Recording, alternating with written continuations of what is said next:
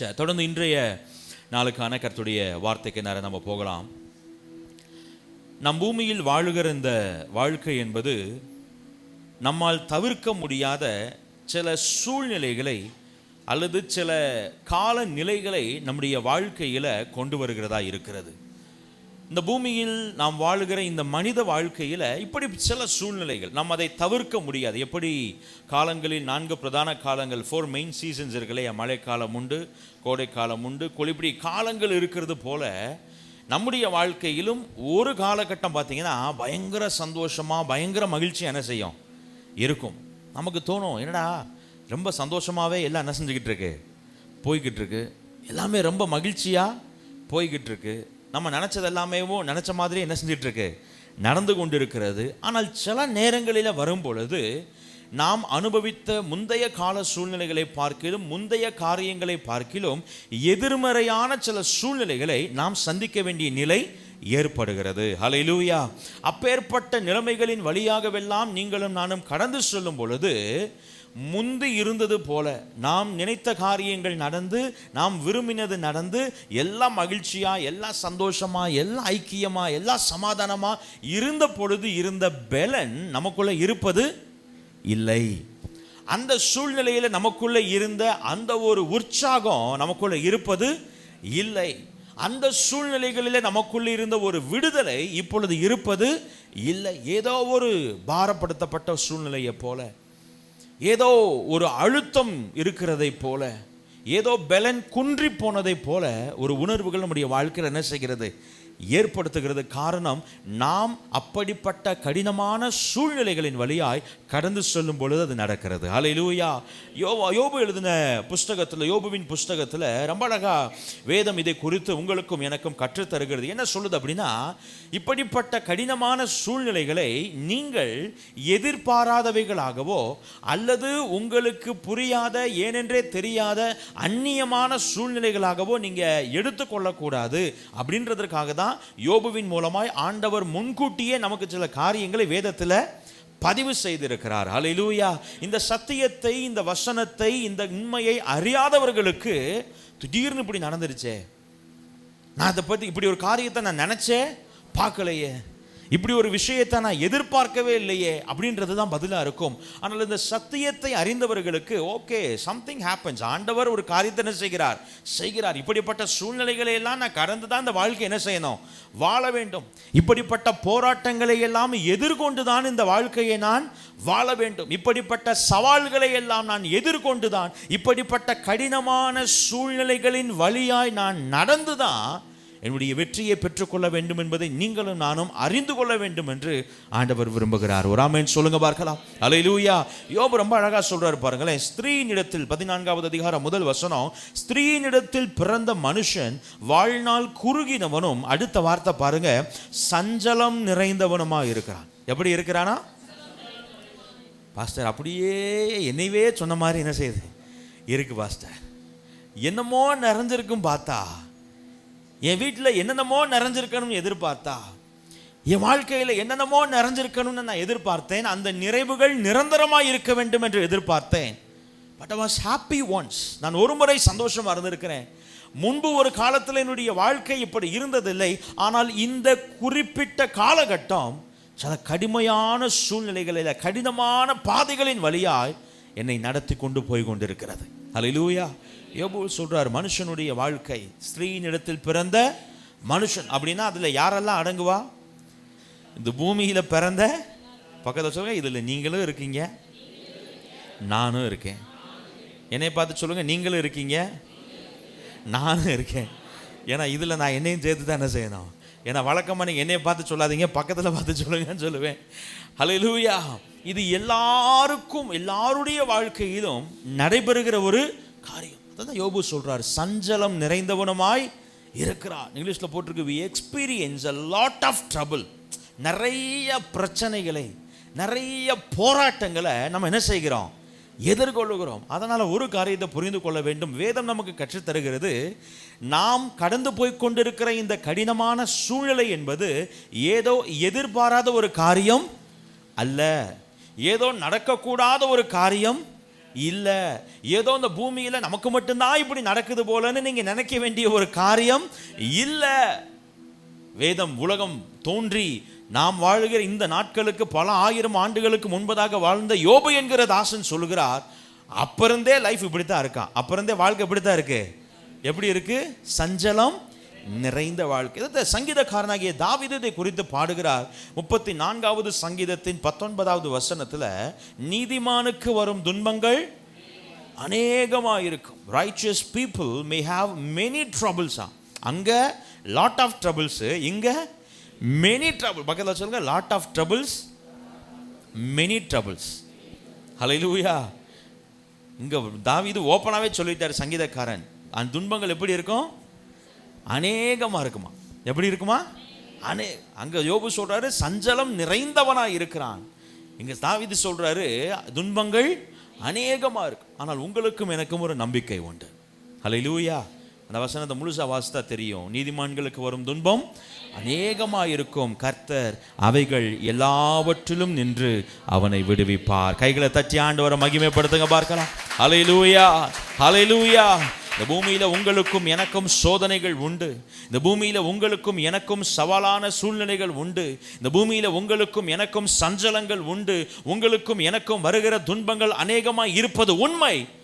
வேதம் சொல்லுகிறது அவைகள் எல்லாவற்றிலும் நின்று உங்களையும் என்னையும் விடுவிக்கிற கர்த்தர் நம்மோடு கூட இருக்கிறார். ஹல்லேலூயா. பக்கத்துல பார்த்து சொல்லுங்க, உங்க வாழ்க்கையில பிரச்சனை மட்டும் இல்ல, உங்க வாழ்க்கையில சஞ்சலம் மட்டும் இல்ல, உங்க வாழ்க்கையில துன்பங்கள் மட்டும் இல்ல, அதிலிருந்து விடுவிக்கிற, உங்களை ரட்சிக்கிற உங்கள் தேவனாகிய கர்த்தர் உங்களோடு கூட இருக்கிறார். ஹல்லேலூயா, ஹல்லேலூயா.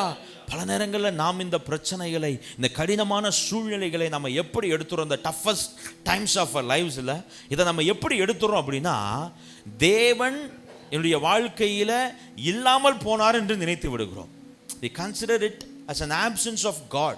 ஆண்டவர் என் வாழ்க்கையில் இல்லை, ஆண்டவர் என் வாழ்க்கையில் கிரியை செய்யலை, ஆண்டவர் எனக்கு உதவி செய்யலை, ஆண்டவர் நான் படுற வேதனையை பார்க்கல, ஆண்டவர் எனக்கு பதில் கொடுக்கல, ஆண்டவர் என் ஜெபத்தை கேட்கல, இப்படி இல்லை இல்லை இல்லை இல்லை இல்லைன்னு சொல்லி நாம் இந்த கடினமான சூழ்நிலைகளை, இந்த நெருக்கடியான காலகட்டத்தை தேவனுடைய இல்லாமையின் நேரம் என்று என்ன செய்து கொள்கிறோம்?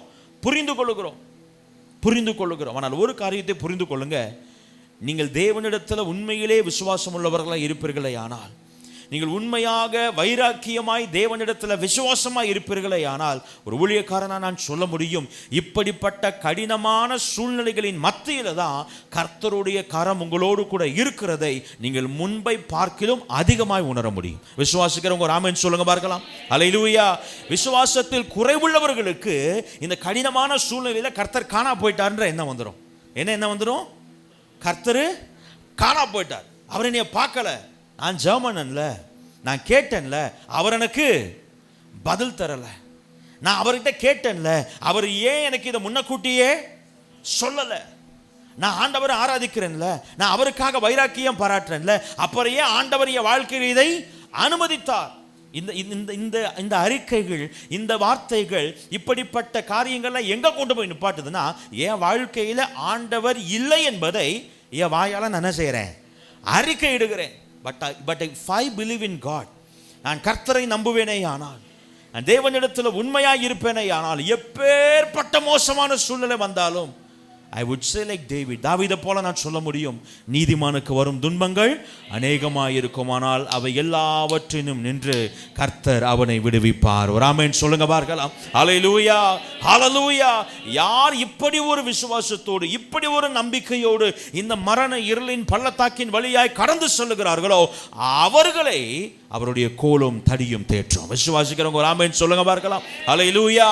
முன்பை பார்க்கிலும் நாம் மகிழ்ந்திருந்த நாட்களை பார்க்கிலும், நாம் திருப்தியாயிருந்த நாட்களை பார்க்கிலும், நாம் சமாதானமாயிருந்த நாட்களை பார்க்கிலும், நாம் சந்தோஷித்திருந்த நாட்களை பார்க்கிலும், இந்த மரண இருளின் பள்ளத்தாக்குகள், I confess and I profess, கர்த்தருடைய கரம் நம்மோடு பலமாய் இருக்கிறதை, நம்மை நடத்துகிறதை, நம்மை தாங்குகிறதை, நம்மை தோளில் தட்டி உற்சாகப்படுத்துகிறதை, ஆராதனை வேளையில பாஸ்டர் மூலமா கர்த்தர் சொன்னது போல நம்மை அரவணைக்கிறதை உங்களால் என்னால் உணர முடியும். ஒரு ஆமென் சொல்லுங்க பார்க்கலாம். ஹல்லேலூயா, ஹல்லேலூயா.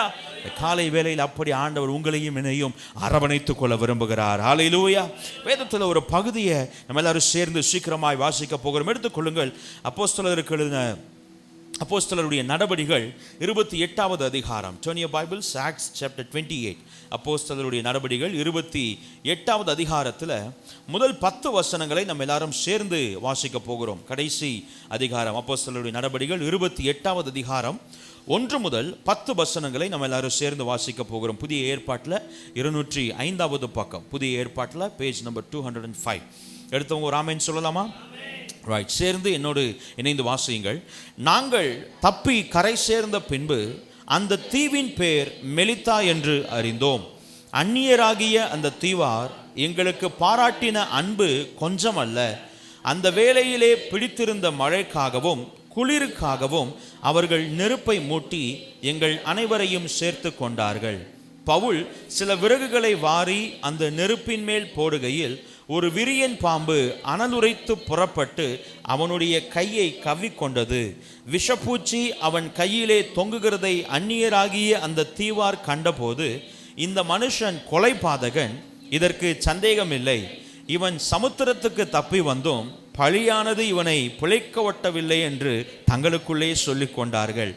அவன் அந்த பூச்சியை தீயிலே உதறி போட்டு ஒரு தீங்கும் அடையாதிருந்தான். அவனுக்கு வீக்கம் கண்டு அல்லது அவன் சடிதியாய் விழுந்து சாவான் என்று அவர்கள் பார்த்து கொண்டிருந்தார்கள்.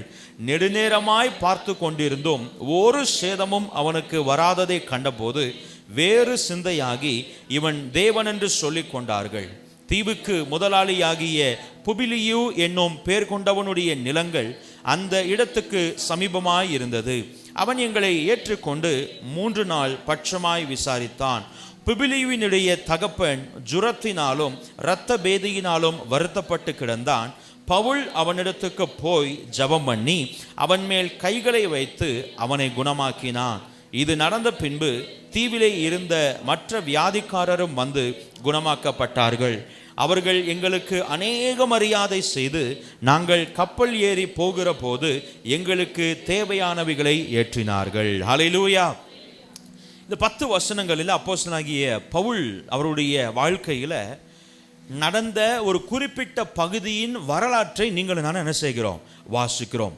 இந்த பகுதியில் பவுல் சில கடினமான சூழ்நிலைகளின் வழியாய் கடந்து செல்கிறதை நம்மால் பார்க்க முடிகிறது. இன்றைக்கு நம்ம என்ன தியானிக்க போகிறோம் அப்படின்னா, இந்த கடினமான சூழ்நிலைகளின் மத்தியில் எப்படி கர்த்தருடைய கரம் அப்போஸ்தலனாகிய பவுலோடு கூட இருந்தது, எப்படி அந்த கடினமான சூழ்நிலைகளில் இருந்து அப்போஸ்தலனாகிய பவுலை கர்த்தருடைய கரம் விடுவித்தது, எப்படி அவரை ரட்சித்தது என்பதை குறித்து நீங்களும் நானும் பார்க்க போகிறோம். அல்லேலூயா. முதல் காரியம் நாம் வாசித்த இந்த அதிகாரத்தின் முதல் பகுதி, முதல் வார்த்தை சொல்கிறது, நாங்கள் தப்பி கரை சேர்ந்த பின்பு. 28வது அதிகாரம், அதே அதிகாரத்தில் 3வது வசனம் சொல்லுகிறது, பாம்பு அவனுடைய கையை கவ்விக்கொண்டது. இப்போ 28வது அதிகாரத்திலேயே எத்தனை பிரச்சனை, 28வது அதிகாரத்திலேயே இத்தனை பிரச்சனை. இதுக்கு முந்தைய அதிகாரத்தை நீங்கள் வாசிப்பீர்களே ஆனால், பவுலுடைய இந்த வரலாற்றில் 27வது அதிகாரம் 26வது அதிகாரத்திலிருந்து நீங்கள் வாசிப்பீர்களே ஆனால், பவுலுக்கு ஒரு பிரச்சனை இல்லை, பிரச்சனை மேல பிரச்சனை. ஆமென் சொல்லுங்க பார்க்கலாம். எதுக்கு ஆமென்? ஆமென்னா பாஸ்டர் ஒரு புலவில் நீங்கள் சொல்ல சொன்னீங்கன்னு நாங்கள் என்ன செஞ்சோம், சொல்லிட்டோம் பாஸ்டர், இருக்கிறதே தாங்க முடியல. அல்லேலூயா. அல்லேலூயா சொல்லலாம், பயப்படாதீங்க. அல்லேலூயா. ஆமாம், பாருங்க, பவுலுக்கு ஒரு பிரச்சனை இல்லை, பிரச்சனை மேல பிரச்சனை. அந்த பகுதியில் வாசிப்போமே ஆனால், அவர் போய் சுவிசேஷத்தை பிரசங்கிக்கிறார். என்ன செய்யறாரு? அவர் போய் தொழில் பண்ணலை, அவர் போய் தனக்கு சம்பாத்தியம் உண்டாகும்படி வியாபாரம் பண்ணலை, அவர் போய் நான் ஏதாச்சும் ஒரு கம்பெனியில் வேலை பார்க்குறேன்னு சொல்லி வேலை பார்த்து அதில் தப்பு பண்ணி மாட்டலை. சுவிசேஷத்தை பிரசங்கித்தது நிமித்தம் அதை விரும்பாத சிலர் இவரை அரெஸ்ட் பண்ணி எங்கே கொண்டு போகிறாங்க?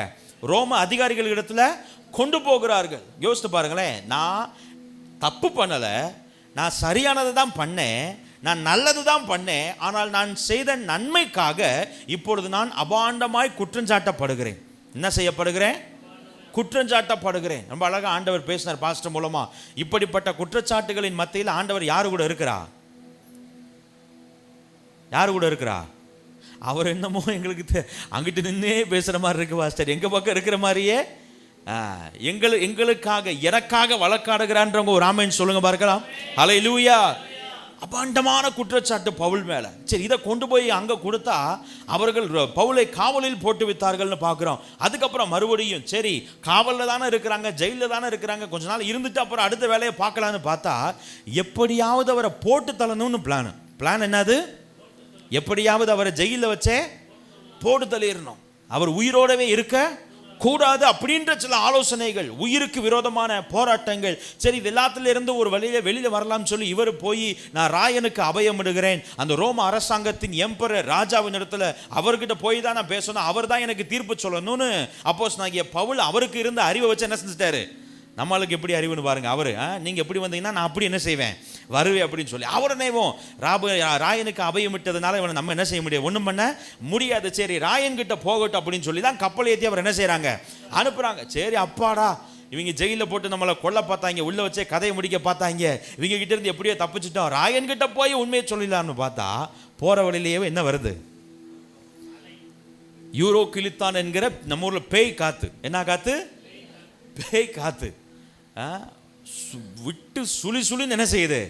சுழிக்குது. அவ்வளவுதான், செத்தமுடா இன்னைக்கு. அங்கே பயந்து அங்கே தப்பிச்சு அப்பாடான்னு மூச்சு விட்டா இங்கே என்ன வந்துருச்சு? புயலே வந்துருச்சு. சரி, அந்த புயல்ல இருந்து கப்பல் உடைஞ்சு தப்பிச்சு ஒரு தீவுக்கு போய் கரை சேர்ந்து அப்பாடா தப்பிச்சிட்டோம் நினைச்சா இப்போ அங்கே என்ன பண்ணுது? எத்தனை அடி! எப்படி? எத்தனை அடி! நான் அதை தான் சொன்னேன், பவுலுக்கு இருந்தது ஒரு பிரச்சனை இல்லை, பிரச்சனைக்கு மேலே பிரச்சனை. அங்கே ஒன்று நடந்து அப்பாடான்னு வந்தால் இங்கே ஒன்று நடக்குது. சரி, இங்கே அப்பாடான்னு சொன்னதுக்கு அப்புறம் தான் அடுத்த அடி விழுகணும்னு பார்த்தா இங்கே அப்பாடான்னு சொல்கிறதுக்கு முன்னாடி என்ன விழுகுது? இன்னொரு அடி விழுகுது. கவனிங்க, சில நேரங்களில் நம்முடைய வாழ்க்கையை எப்பொழுது கடினமாய் உணர்கிறோம், எப்பொழுது நம்முடைய வாழ்க்கை ஒரு ஹாப்பியஸ்ட் டைமாக இருக்கிறத விட்டுட்டு எப்பொழுது அது டஃபஸ்ட் டைமாக மாறுது அப்படின்னா இப்படிப்பட்ட பிரச்சனைகள் ஒன்றன் மேல் ஒன்றாக தொடர்ந்து நம்முடைய வாழ்க்கையில் ஏற்படும் பொழுது நாம் கடினமான சூழ்நிலைகளை எதிர்கொள்கிறோம். ஆமான்றவங்க ஒரு அல்லேலூயா சொல்லுங்க பார்க்கலாம். அல்லேலூயா. சில நேரங்களில் இப்படிப்பட்ட கடினமான சூழ்நிலைகள், இப்படிப்பட்ட பிரச்சனைக்கு மேலே பிரச்சனை, தொடர்ந்து ஒரு போராட்டம். சிலருக்கு பிரச்சனைகளுக்கு மேலே பிரச்சனை வந்தால் தான் இப்படி ஒரு சோர்வுக்குள்ளே போவாங்க. ஆனால் சிலருக்கு அடியே வசமாக விழுந்துருச்சுன்னு வச்சுக்கோங்க. எப்படி? அடியே வசமாக விழுந்துருச்சுன்னா எடுத்த உடனே நாக் அவுட். இந்த பாக்ஸிங்லாம் பார்த்தீங்கன்னா, பாக்ஸிங் சாம்பியன்ஷிப்லாம் பார்த்தீங்கன்னா சிலர் ஃபர்ஸ்ட் ரவுண்டு தாக்கு பிடிச்சி, செகண்ட் ரவுண்ட் தாக்கு பிடிச்சி அடித்து மூஞ்சி மோரெல்லாம் ரத்தமாக ஒழிக்கிட்டு இருக்கு. ஆனாலும் ரெண்டு பேர் என்ன செஞ்சுக்கிட்டு இருப்பாங்க? அடிச்சுக்கிட்டு அந்த இருக்கிற கொஞ்சம் பலத்தை வச்சு மாற்றி மாற்றி குத்திக்கிட்டு இருப்பாங்க. ஆனால் சில பாக்ஸிங் சாம்பியன் மேட்சஸில் பார்த்தீங்கன்னா ஒரு ஆப்போனண்ட் இன்னொரு ஆப்போனண்ட்டை அடியிலே என்ன செஞ்சிருவார்? ஒரே குத்து நம்மளால் அப்படியே பேர்ன் என்ன செஞ்சிருவாங்க. சிலர் அடி மேலே அடி வாங்கி துவைச்சு காயப்போட்டதை போல் என்ன செய்யணும் இருக்கணும். ஆனால் சிலர் அடியிலேயே ஆத்தே இது என்ன ஒன்றும் வேலைக்கு ஆகாது போலையே. இவ்வளவு மோசமான சூழ்நிலையா, இவ்வளவு கடினமான காலகட்டமா? அதான் கவனிங்க, பவுலுக்கு பிரச்சனை மேலே பிரச்சனை. ஒருவேளை இந்த வார்த்தையை கேட்டுக்கொண்டு இருக்கிற உங்களுக்கு அப்படி ஒரு சூழ்நிலையில் நீங்கள் என்ன செய்யலாம்? இருக்கலாம். You might be going through that kind of toughest times. அப்படிப்பட்ட கடினமான சூழ்நிலைகளின் வழியாய் இந்த காலை வேளையில் உங்கள் வாழ்க்கை போய் கொண்டு இருக்கலாம். பாஸ்டர், அந்த பிரச்சனை முடிஞ்சிருச்சுன்னு நினச்சா இப்போ அதுக்குள்ளே இன்னொரு பிரச்சனை வருது. இந்த பிரச்சனை முடிஞ்சதுக்கப்புறம் அடுத்த பிரச்சனை வரும்னு பார்த்தா இந்த பிரச்சனை இருக்கிறப்பயே இன்னொரு பிரச்சனை வருது. பாஸ்டர், ஒரு நிம்மதியாகவே இருக்க முடியல, ஒரு சந்தோஷமாகவே இருக்க முடியல. அடுத்தடுத்து ஏற்படுகிற இப்படி பிரச்சனைகள், அடுத்தடுத்து ஏற்படுத்தப்படுகிற இப்படிப்பட்ட தாக்குதல்கள், அடுத்தடுத்து எதிர்கொள்ளுகிற இப்படிப்பட்ட சவால்கள், அடுத்தடுத்து வருகிற தேவைகள். இப்போதான் கொஞ்சம் அப்படியே பிள்ளைகளுக்கு ஃபீஸ் கட்டி செஞ்சு அப்படியே கொஞ்சம் பொருளாதாரத்தில் அப்பாடான்னு நினச்சா இப்போ மறுபடியும் அடுத்த செலவு வருது. பாஸ்டர், இட்ஸ் அன்எக்ஸ்பெக்டட், நாங்கள் எதிர்பார்க்கல. ஆனால் இப்படி ஒரு தேவை முன்னாடி வந்து என்ன செய்யுது? நிற்கிது. சரி, அந்த தேவையை சந்திச்சிடலாம், அதுக்கு ஏதாவது கொஞ்சம் ரெடி பண்ணலான்னு பார்த்தா மறுபடியும் ஒரு தேவையற்ற அனாவசியமான மருத்துவ செலவில் போய் என்ன செஞ்சுக்கிறோம்? மாட்டிக்கிறோம். இதிலிருந்து மீண்டு வரவே முடியலை. எப்படியாவது கடனை அடைச்சிடணும், எப்படியாவது கையில் இருக்கிறத கொஞ்சம் கொஞ்சமாக சேர்த்து வச்சாவது ஆண்டவர் தருகிற கிருபையில் கடனை அடைச்சிடணும்னு பார்த்தா டே ஏறுற மாதிரி தெரியுது. அப்புறம் மொத்தமாக என்ன செஞ்சிருது? இறங்கிறது. இந்த காமெடியாக ஒன்று சொல்லுவாங்க, அதாவது கொஞ்சம் ஆவரேஜான அறிவுள்ளவர்கள்லாம் டியூப்லெஸ் டயரில், பைக்கில் டியூப்லெஸ் டயரில் ஏதாவது ஆணி குத்திருச்சுன்னா உடனே போய் பஞ்சர் பார்த்துருவாங்களாம். உடனே போய் என்ன செஞ்சுருவாங்களாம்? பஞ்சர் பார்த்துருவாங்க. அந்த ஆணி எடுத்துகிட்டு அந்த ஓட்டையை அடைச்சிருவாங்களாம். ஆனால் கொஞ்சம் ஞானிகள் இருக்காங்க பார்த்தீங்களா, யார் ஞானிகள், அவங்க உடனே போய் பஞ்சர் பார்க்க மாட்டாங்களாம். ஏன்னா சோம்பேறித்தனம். அவங்க போய் ஏர் அடித்து ஓட்டுறது. என்ன செய்கிறது? ஏன்னா டியூப்லெஸ் டயரில் உடனே காற்று என்ன செய்யாது, இறங்காது. அதனால் போக ஏர் அடிக்க, அப்படியே ஓட்ட, அப்புறம் மறுபடியும் ஏர் கொஞ்சம் குறைஞ்சதுக்கப்புறம் மறுபடியும் போய் கொஞ்சம் ஏர் அடிக்க, அப்புறம் அப்படியே ஓட்ட. இன்றைக்கி பல நேரங்கள் நம்ம வாழ்க்கை எப்படி தான் இருக்குது. 1ஆம் தேதி டு 10ஆம் தேதி ஏர் அடித்து ஜம்முன்னு என்ன செய்கிறோம், போகிறோம். 10ஆம் தேதிக்கு மேலே காற்று, சரி பஞ்சர் பார்க்கலான்னு பார்த்தா மறுபடியும் அடுத்த மாதம் 1ஆம் தேதியிலேருந்து மறுபடியும் காற்றடிச்சு ஓட்ட. இது ஒரு கடினமான சூழ்நிலை. மேபி இதை நம்ம பேசுகிறது, இதை நாம் தியானிப்பது, இதை நம்ம டிஸ்கஸ் பண்ணுறது ஒருவேளை நமக்கு கொஞ்சம் கேளிக்கையாக இருந்தாலும், when we go through such toughest situations, அப்படிப்பட்ட கடினமான சூழ்நிலைகளின் வழியாய் போகும் பொழுது அது ஏற்படுத்துகிற அந்த பாரம், அது ஏற்படுத்துகிற அந்த அழுத்தம், அது நம்ம ஏற்படுத்துகிற அந்த தாக்கம் இருக்கு பார்த்தீங்களா, அது வார்த்தைகளால் என்ன செய்ய முடியாது, விவரிக்க முடியாது. You're about to care for your children. உங்கள் பிள்ளைகளுக்கு அடுத்த தேவைகளை குறித்து, சொந்த குடும்பத்திற்கு அடுத்த தேவைகளை குறித்து, அல்லது சில பிரச்சனைகளை நீங்கள் தான் எதிர்கொள்ள வேண்டும் என்கிற நிலை வரும் பொழுது, அதற்கான பலன் உங்களிடத்தில் இல்லாமல் போகும் பொழுது அது ஏற்படுத்துகிற அந்த தாக்கங்கள், இப்படி அடிக்கு மேலே அடி விழுந்து நம்ம எதிர்கொள்ளுகிற கடினமான சூழ்நிலைகள். அப்போஸ்தலனாகிய பவுலை போல ஒருவேளை வந்திருப்பீர்களே, ஆனால் இந்த காலை வேளையில் ஆண்டவர் சொல்லுகிறார், கர்த்தருடைய கரம் உங்களை தேற்றும். ஹல்லேலூயா. பவுலுக்கு இப்படி சூழ்நிலை, அடி மேலே அடி. நான் காரியங்களை கர்த்தர் எப்படி மாற பண்ணினார் தெரியுமா? அதே அதிகாரத்தில் 5வது அதிகாரத்தில் வசனம் சொல்லுகிறது, அவன் அந்த பூச்சியை தீயிலே உதறி போட்டு. இந்த காலை வேளையில் சொல்லுகிற ஹேண்டில் இட் லைக் பவுல். அப்போஸ்தலனாகிய பவுலை போல இந்த அடி மேலே அடி விழுகிற அந்த பிரச்சனைகள் என்ன செய்யணும், கையாள வேண்டும். என்ன செய்ய வேண்டும்? கையாள வேண்டும். பவுல் எப்படி அதை ஹேண்டில் பண்ணுறாரு? கை எப்படி வைங்க, உதறி போட்டு, பிடுங்கி கூட போடலையா, என்ன செஞ்சுட்டாரா? போ, சொல்லுங்க போ, அவ்வளவுதான். நீங்களும் நானும் இந்த கடினமான சூழ்நிலைகளை எப்படி கையாள வேண்டும், ஆண்டவர் எப்படிப்பட்ட கிருபைகளை நமக்கு கொடுத்திருக்கிறார், ஆண்டவர் எப்படிப்பட்ட அந்த பலத்தை நமக்கு கொடுக்கிறார் அப்படின்னா, இவ்வளவு மோசமான சூழ்நிலைகளின் வழியாக போனாலும் நம்ம அதை என்ன செய்யணுமா? உதறி போட்டு, கை எப்படி பக்கத்தில் வச்சாலும் உதறி போட்டு. நீ எல்லாம் ஒரு ஆளா, நான் பிரச்சனையை சொல்கிறேன், நீ எல்லாம் ஒரு ஆளா, உன்னை பார்த்து பயப்படுவேன் நினச்சியா? சீப்போ, சொல்லுங்கள் சீப்போ, ஒன்னால ஒன்றும் பண்ண முடியாது என்னையா. இப்படி ஹேண்டில் பண்ணணுமா? இந்த லெஃப்ட் ஹேண்டில் டீல் பண்ணுறதுவாங்கல்ல, யாராச்சும் ஒருத்தரை ரொம்ப மோசமாக டீல் பண்ணணும்னா எப்படி டீல் பண்ணணும்? லெஃப்ட் ஹேண்டில் தான் டீல் பண்ணி உன்னைய பார்த்துக்க. அப்படின்னா என்ன அர்த்தம்? மனுஷனை மாதிரியே உன்னை நடத்த மாட்டேன் பார்த்துக்க அப்படின்னு அர்த்தம். இங்கே பவுல் அப்படி தான் பண்ணுறாரு. அவ்வளவு பெரிய பிரச்சனைங்க. அந்த மென்டல் ப்ரெஷரை கொஞ்சம் யோசித்து பாருங்கள். ஆனால் பவுல் என்ன பண்ணுறாரு? உதறி போட்டு, வாங்கப்பா அடுத்த வேலையை பாருங்கப்பா, இது ஒரு பிரச்சனை, என்ன செஞ்சுருக்கீங்க, உக்காந்துக்கிட்டு இருக்கீங்க. அவர் பாட்டுக்கு என்ன செஞ்சார்? வேலையை பார்த்துட்டு இருக்காரு. நல்லா கவனிங்க. சில நேரங்களில் கர்த்தருடைய கரம் இப்படி பவுலை பலப்படுத்தினது போல நம்மை பலப்படுத்த முடியாமல் போவதற்கு காரணம் என்னன்னா, நாம் பவுல் அந்த சூழ்நிலையை எதிர்கொண்டது போல நம்ம என்ன செய்கிறது இல்லை, எதிர்கொள்ளுகிறது இல்லை. பவுல் என்ன பண்ணாரு? அவருக்கு ஆண்டவர் மேல விசுவாசம் இருக்கு, அவருக்கு ஆண்டவர் மேல நம்பிக்கை இருக்கு. அதனால தான் அவர் சொல்லுகிறார், நான் விசுவாசித்திருக்கிறவர் இன்னார் என்று அறிந்திருக்கிறேன். நான் விசுவாசிக்கிறவர் இன்னார் என்றது தெரிஞ்சதுனால ஒரு அடி இல்லை, 9 அடி இல்லை, 10 அடி இல்லை, 15,000 அடிய மேல விழுந்தாலும் உதறி போட்டு போயிட்டே இருப்பேன். எப்படி போயிட்டே இருப்பேன்? கை எப்படி வச்சாலும் உதறி போட்டு போயிட்டே இருப்பேன். காரணம், நான் விசுவாசிக்கிறவர் இன்னார் என்று அறிந்திருக்கிறேன். நீங்கள் நானும் என்ன பண்றோம்னா, பல நேரங்களில் உதறி போடுறது இல்லை, அப்படியே தூக்கி உட்கார வச்சுக்கிறோம். என்ன செஞ்சுக்கிறோம்? தூக்கி உட்கார வச்சுக்கிறோம். அது தூரமா போயிடணும், அது உங்கள் இடத்துல வரக்கூடாது.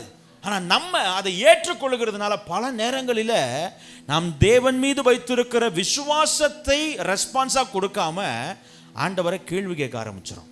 என்ன செய்ய ஆரம்பிச்சிடும்? என்ன கேள்வி கேட்குறோம்? ஏன் ஆண்டவரை இப்படி நடந்துச்சு, ஏன் எனக்கு மட்டும் இப்படி நடக்குது?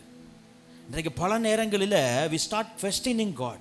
நம்ம ஆண்டவரை கேள்வி கேட்க ஆரம்பிக்கிறோம். ஏன் என் வாழ்க்கையில் இந்த சூழ்நிலை, ஏன் என் வாழ்க்கையில் இந்த போராட்டம், ஏன் என் வாழ்க்கையில் இந்த நிந்தை? ஆனால் பவுல் பாருங்க, ஒரு கேள்வி கூட என்ன செய்யலை, கேட்கல. அவர் தாண்டிட்டு போயிட்டே இருக்கிறார். என்ன செஞ்சுக்கிட்டே இருக்கிறாரு? தாண்டிட்டு போயிட்டே இருக்கிறார். என்னைக்காவது எங்கேயாவது ரோட்டில் போகிறப்போ குறுக்க ஏதாவது ஒரு ஸ்பீட் பிரேக்கர் வந்துச்சுன்னா நின்று ஓரமாக பைக்கை நிப்பாட்டி, ஏன் இந்த ஸ்பீட் பிரேக்கர் இங்கே போட்டிருக்காங்க? சில ஸ்பீட் பிரேக்கர் குட்டியாக இருக்குது, சில ஸ்பீட் பிரேக்கர் பெருசாக இருக்குது. ஏன் அங்கே குட்டியாக இருக்குது, ஏன் இங்கே பெருசாக இருக்குது? இதில் மற்றவங்கெல்லாம் எப்படி ஏறி போகிறாங்க? இப்படி பார்த்துக்கிட்டு இருப்போமா? என்ன செய்வோம்? அது நம்ம ஊரில் ஒரு டெக்னிக் வச்சுருக்காங்க. ஸ்பீட் பிரேக்கர் எங்கே முடியுதோ அதுக்கப்புறம் தான் நம்ம வழியை வச்சுருப்போம். நம்ம மேலே ஏறி இறங்குறது கூட இல்லை. அதுவும் நம்ம ரெகுலராக பரிச்சயமாக போகிற பாதையாக இருந்துச்சுன்னா நமக்கு தெரியும், கரெக்டாக அணுக்குள்ளே போன உடனேவும் இந்த கழுதை தன் முன்னணை அறியுன்ற மாதிரி வண்டி ஆட்டோமேட்டிக்காக என்ன செய்யும்? நம்ம நின்று ஏன் அப்படி போட்டிருக்காங்க, ஏன் இவ்வளோ ஹைட்டில் போட்டிருக்காங்க, ஏன் அவ்வளோ ஹைட்டில் போடலை, இதில் ஏறினா என் வண்டிக்கு என்ன பிரச்சனை தெரியுமா, இதனால என் வண்டிக்கு என்ன பாதிப்பு தெரியுமா, எனக்கு எவ்வளவு அசௌகரியம் ஏற்படும் தெரியுமா, இந்த வக்கனையெல்லாம் பேசுகிறதே இல்லை. ஏறி இறங்கிட்டு போயிட்டே இருக்கிறோம். ஒரு ஆமென் சொல்லுங்க பார்க்கலாம். ஹல்லேலூயா. ஆனால் பவுல் அப்படி ஏறி இறங்கி போயிட்டார். நம்ம என்ன செய்கிறோம்? ஏன் போட்டாங்க? எதுக்கு இவ்வளவு ஹைட்டில் போட்டாங்க? ரெண்டாவது காரியம், Paul did reason out. Paul did question, Paul did reason. Paul கேள்வியும் கேட்கல, காரணத்தையும் கேட்கல. ரொம்ப முக்கியம். இன்னைக்கு பல நேரங்களில் நம்ம கேள்வி கேட்கறது இல்லை. காரணம் நமக்கு தெரியும், ஆண்டவரே நீ எதை செஞ்சாலும் நன்மைக்கு தான் செய்வீங்க, அதனால நான் என்ன செய்ய மாட்டேன், ஏன் என்ற கேள்வி என்ன செய்ய மாட்டேன், கேட்க மாட்டேன். ஆனால் என்ன காரணம்னு எனக்கு என்ன செய்யுங்க, கேள்வி கேட்க மாட்டோம், ஆனால் என்ன செய்வோம், காரணத்தை கேட்போம். இப்போ நான் இங்கே பவுல் பாருங்க, கேள்வியும் கேட்கல, காரணமும் கேட்கல. இன்றைக்கு பல நேரங்களில் ஊழியர்களுக்கு இருக்கிற மிகப்பெரிய ஒரு பாரம் என்ன தெரியுமா?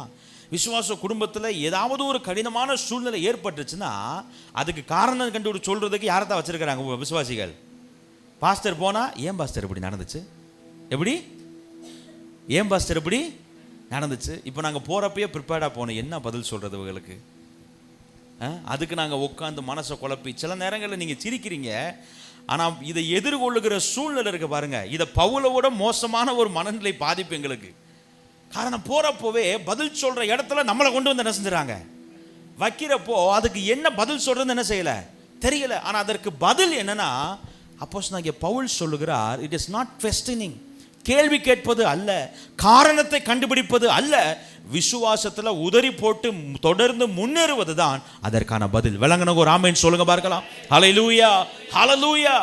ரொம்ப அழகா 28வது அதிகாரம் 10வது வசனத்தில் சொல்றாரு பாருங்க, அவர்கள் எங்களுக்கு அநேக மரியாதை செய்து, எங்க அடி மேல அடி விழுந்ததுக்கு அப்புறம் பவுல் அதை உதறி போட்டதுனால அவர்கள் எங்களுக்கு அநேக மரியாதை செய்து, நாங்கள் கப்பல் ஏறி போகிற பொழுது எங்களுக்கு தேவையானவைகளை என்ன செய்தார்களா, ஏற்றினார்கள். ஒரு ஆமென் சொல்லுங்க பார்க்கலாம். ஹல்லேலூயா, ஹல்லேலூயா. ஒருவேளை பிரச்சனையும் போராட்டமும் இந்த கடினமான சூழ்நிலையும் இந்த மெலித்தா என்கிற தீவில பவுலை கொண்டு புதைச்சிருந்தோம் நினைச்சிருக்கலாம். ஆனால் ஆண்டவர் ஒரு காரியத்தை செய்தார். எந்த இடத்துல நீ புதைக்கப்பட வேண்டும் என்று தீர்மானித்தார்களோ, எந்த இடத்துல நீ நிர்மூலமாக வேண்டும் என்று எண்ணினார்களோ, அதே இடத்துல நான் உன்னை மரியாதை கொடுத்து, மரியாதை செய்ய வைத்து, உனக்கு தேவையானவற்றையெல்லாம் கொடுத்து, நீ இருந்த இடத்துல இருந்து உன்னை என்ன செய்யறேன், அடுத்த இடத்துக்கு கொண்டு போறேன். விளங்குனங்க ஒரு ஆமென் சொல்லுங்க பார்க்கலாம். ஹல்லேலூயா.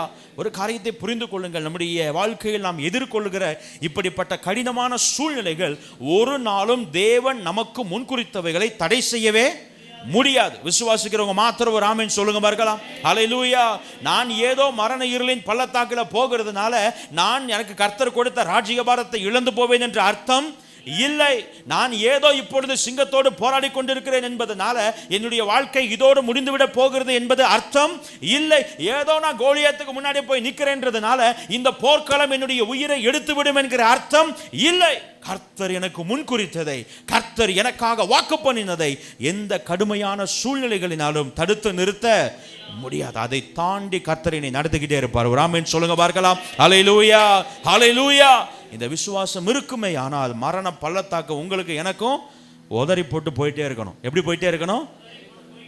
இந்த காலை வேளையில் ஒரு தீர்மானம் எடுங்க.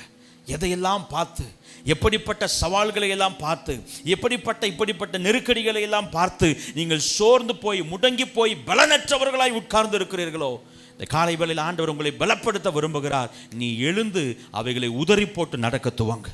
நீ எழுந்து அவைகளை ஒன்றுமில்லாததை போல அவைகளை உதறி போட்டு நீ தொடர்ந்து ஓட துவங்கு. நீ நடக்க வேண்டிய இடத்திற்கு, நீ போய் சேர வேண்டிய இடத்திற்கு நான் உன்னை அழைத்து செல்வேன். ஹல்லேலூயா, ஹல்லேலூயா.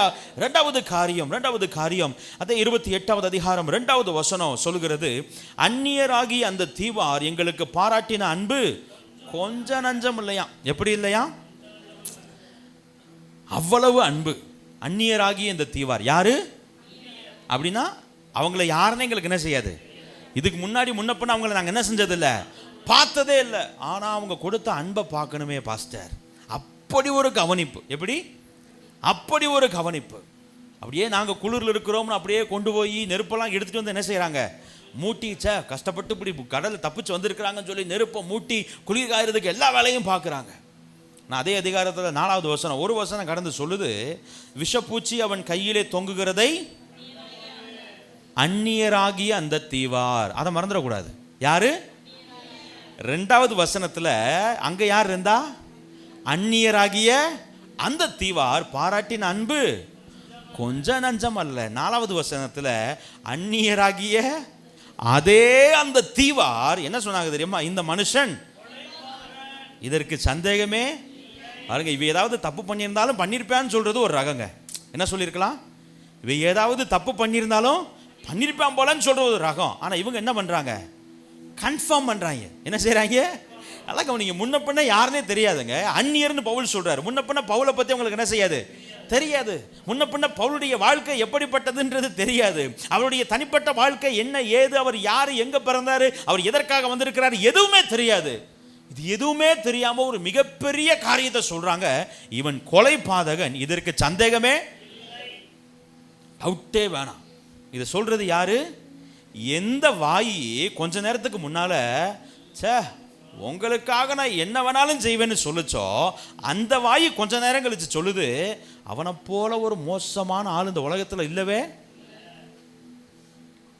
முதல் காரியம், நாம் எப்பொழுது கடினமான சூழ்நிலைகளை எதிர்கொள்ளுகிறோம்னா, பிரச்சனைக்கு மேல பிரச்சனை வரும்பொழுது நாம் கடினமான சூழ்நிலைகளை, 2வது எப்பொழுது நாம் கடினமான சூழ்நிலைகளை எதிர்கொள்கிறோம் அப்படின்னா, மனிதர்கள் தங்கள் வேஷத்தை மாற்றும் போது நாம் இப்படிப்பட்ட கடினமான சூழ்நிலை என்ன செய்கிறோம், எதிர்கொள்கிறோம். ஹல்லேலூயா. Sometimes people shift their stance, change their masks. தங்களுடைய முகமூடி என்ன செஞ்சிடறாங்க, மாட்டிடுறாங்க. அது நம்ம பேசுகிற அளவிற்கு எளிதான ஒரு காரியம் இல்லை. அதே ஜனங்கள், அதே கூட்டம் தான், வேற ஆட்கள் கிடையாது. கொஞ்ச நேரத்துக்கு முன்னாடி நல்லா பேசுறாங்க, கொஞ்ச நேரத்துக்கு முன்னாடி நல்லா இருக்கிறாங்க. சில நேரங்களில் நாம் அப்படி சிலர் மீது அன்பு வைத்து அவர்கள் மீது நம்பிக்கை வைத்து விடுகிறோம். இவங்க நமக்காக கடைசி வரைக்கும் இருப்பாங்க அப்படின்னு நாம் யாரை நம்பினோமோ, என்று நாம் யார் மீது பற்று வைத்திருந்தோமோ, யார் மீது அதிகமான நம்பிக்கை கொண்டிருந்தோமோ, அவர்கள் தங்கள் வேஷத்தை மாற்றி தங்கள் முகமுடியை மாற்றி நமக்கு விரோதமாகவே பேசும் பொழுது அது ரொம்ப டஃபஸ்ட் டைம் என்ன செஞ்சிருது, மாறிவிடுகிறது. அதை கையாளுவது மிகவும் கடினமான ஒரு சூழ்நிலை என்ன செஞ்சிருது, மாறிவிடுகிறது. ஆண்டவராகிய இயேசு கிறிஸ்து வாழ்க்கையில் இப்படி ஒரு சம்பவம் நடந்துச்சு, நம்ம எல்லாருக்கும் தெரியும். சேவல் கூவின பிறகு, 3வது முறை கூவின பிறகு வசனம் சொல்லுது, இயேசு நின்று பேதுருவை திரும்பி. அந்த பார்வையும் இங்க பவுல் எதிர்கொண்ட இந்த சூழ்நிலையும் ஒரே மாதிரியான சூழ்நிலை. ஹல்லேலூயா. ஒரே மாதிரியான சூழ்நிலை. அந்த பார்வையில் ஆண்டவருக்கு எவ்வளவு வேதனை இருந்திருக்குன்னு நினைக்கிறீங்க? ஏற்கனவே அடிகள், ஏற்கனவே அவமானங்கள், ஏற்கனவே நிந்தை, ஏற்கனவே பாரமான சிலுவை. இதன் மத்தியில் பேதுரு 3வது முறை மறுதலித்த உடனே, சரி சேவல் கூவுகிறதுக்கு முன்னே 3வது முறை பேதுரு மறுதலித்த உடனே ஆண்டவர் திரும்பி என்ன செஞ்சாரா, பார்த்தார். திரும்பி பார்த்தார். யாரை திரும்பி பார்த்தாரு? எந்த பேதுரு ஆண்டவரே உமக்காக என் உசுரையும் கொடுப்பேன்னு சொன்னாரோ அதே பேதுரு, இவனையெல்லாம் இன்னுமா கொல்லாம வச்சிருக்கீங்க அப்படின்னு சொல்றப்ப ஆண்டவர் என்ன செஞ்சாரா, திரும்பி பார்த்தார். எந்த பேதுரு ஆண்டவரே உமக்கு அப்படியெல்லாம் நடக்கக்கூடாது, நான் இருக்கிற வரைக்கும் அப்படி நடக்க விட மாட்டேன்னு சொன்னாரோ அந்த பேதுரு திரும்பி அந்த பேதுரு ஆண்டவரை பார்த்து, நீங்க அடிச்சா பத்தாது விடுங்கடா, நான் ஒரு அடி அடிக்கிறேன்னு சொன்னப்போ ஆண்டவர் என்ன செஞ்சாரா, திரும்பி பார்த்தார். அவர் என்ன சபிச்சாரு, என்ன சத்தியம் பண்ணாரு நமக்கு என்ன செய்யல, தெரியல. நான் வசனம் சொல்கிறது, அவன் சபிக்கவும் சத்தியம் பண்ணவும் தொடங்கினான். யாரு? அந்நியன் இல்லை, யாரோ தெரியாதவே இல்லை. எங்கள் அப்போஸ்தலனாகிய பவுலுக்காவது அவர்கள் அந்நியர்கள். கொஞ்ச நேரத்துக்கு முன்னாடி தான் அவர்கள் அன்பு பாராட்டினார்கள். அந்த பழக்க வழக்கம்ன்றது கொஞ்ச நேரம் தான், அந்த அன்பு பாராட்டுறதுன்றது கொஞ்ச நேரம் தான், அந்த நம்பிக்கை கொஞ்ச நேரம் தான். ஆனால் ஆண்டவராகிய இயேசு கிறிஸ்துவுக்கு 3.5 வருடம் கூட இருந்த ஒரு சீஷன். இப்போ நீங்களும் நானும் பல நேரங்களில் ஆண்டவருக்கும் ஜீனியர் ஆயிரும் இந்த விஷயத்தில். அவருக்காவது 3.5 வருஷம் கூட இருந்த பேதுரு என்ன செய்கிறாரு? வாங்கி தின்னுட்டு எதிர்த்து பேசுறார். நமக்கு பாஸ்டர் 15 வருஷ பழக்கம் பாஸ்டர். எப்படி? 15 வருஷ பழக்கம் பாஸ்டர், 20 வருஷ பழக்கம் பாஸ்டர்.